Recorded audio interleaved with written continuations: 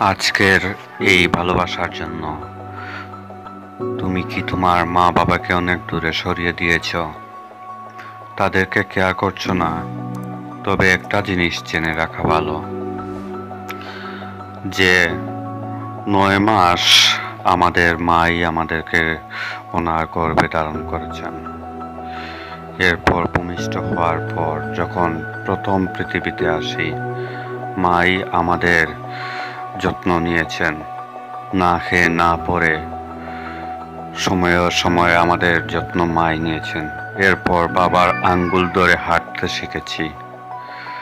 আর আজকে তাদেরকে এই কষ্ট দিয়ে অন্য একটি মানুষকে সুখ দিচ্ছি। এটা কি ঠিক হচ্ছে? যদি কোনো না কোনো সময় এই মানুষটি আমাদের কষ্ট দিয়ে দূরে সরে যায়, তখন তো আবার মা বাবাই আমাদের যত্ন নেবে, আমাদের আপন হবে। আমরা কি তখন আমাদের মা বাবার কে আমাদের মুখ দেখাতে পারবো? তখন কি আমাদের একটু লজ্জা হবে না ওনাদের মুখ দেখাতে? একটা বার চিন্তা করো ভাই।